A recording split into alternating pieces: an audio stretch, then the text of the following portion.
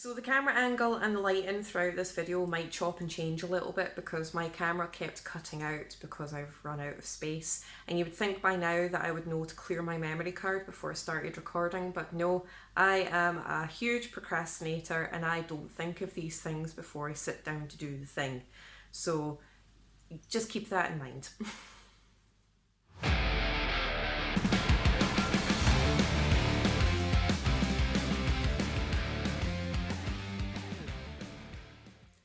Hi, how you doing? Welcome back to my channel. So today I'm back with yet another New Metal Monday where I talk about my favourite new releases of the week. Now I don't know about anybody else, but this year seems to be flying by super quickly. How are we in April already? That's absolutely insane. And it seems to be that every single time I sit down to record one of these New Metal Monday videos, time just seems to get faster. And these videos keep coming round quicker and quicker and quicker. I don't get it. And it scares me, it's terrifying. Now this week's video is going to be super quick because I haven't had a chance to sit down and listen to half as many albums as I usually do.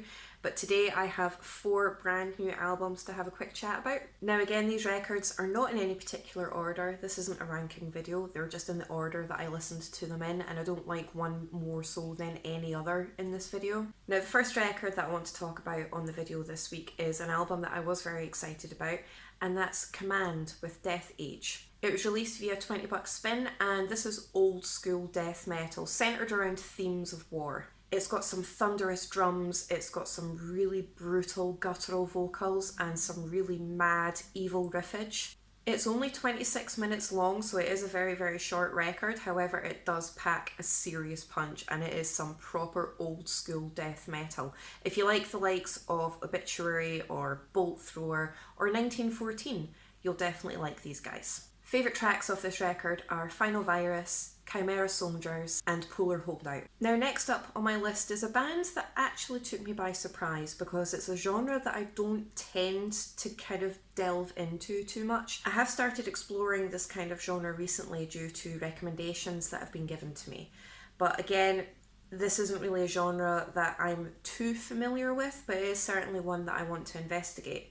And that's Bury Tomorrow with The Seventh Son, and this was released via Music for Nations, and it's a metalcore band from the UK. Now again, metalcore isn't really something that I've delved into previously. I tend to get put off by the vocals quite a lot, but not this band.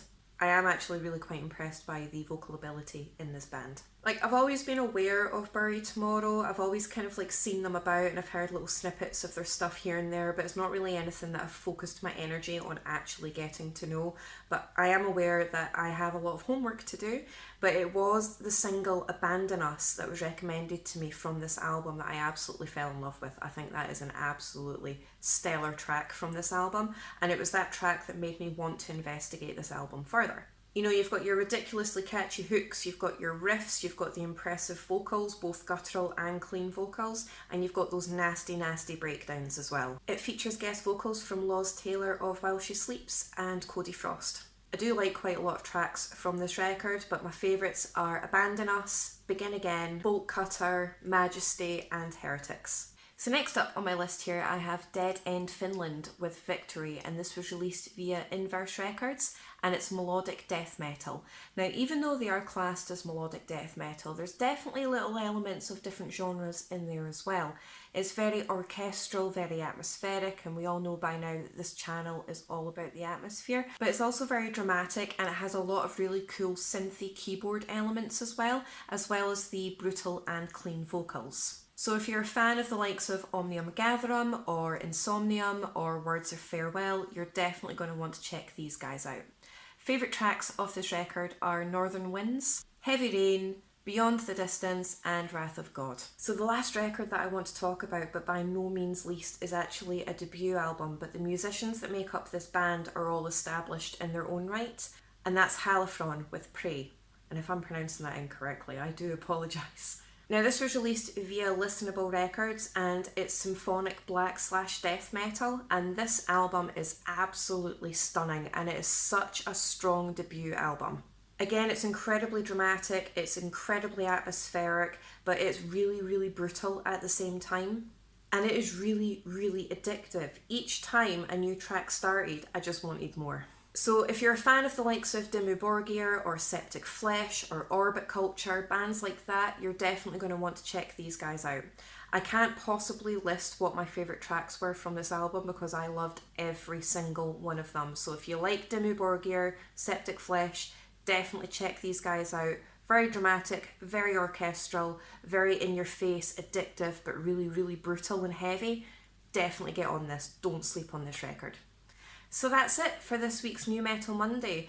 Once again, if you can just drop me a wee comment down below to let me know what you think of these records. And if there's any records that I've missed, which there's probably going to be a few, let me know and I'll definitely check them out. If you could like, share, subscribe, I really do appreciate all of your support. Thank you so much and I'll see you in the next video.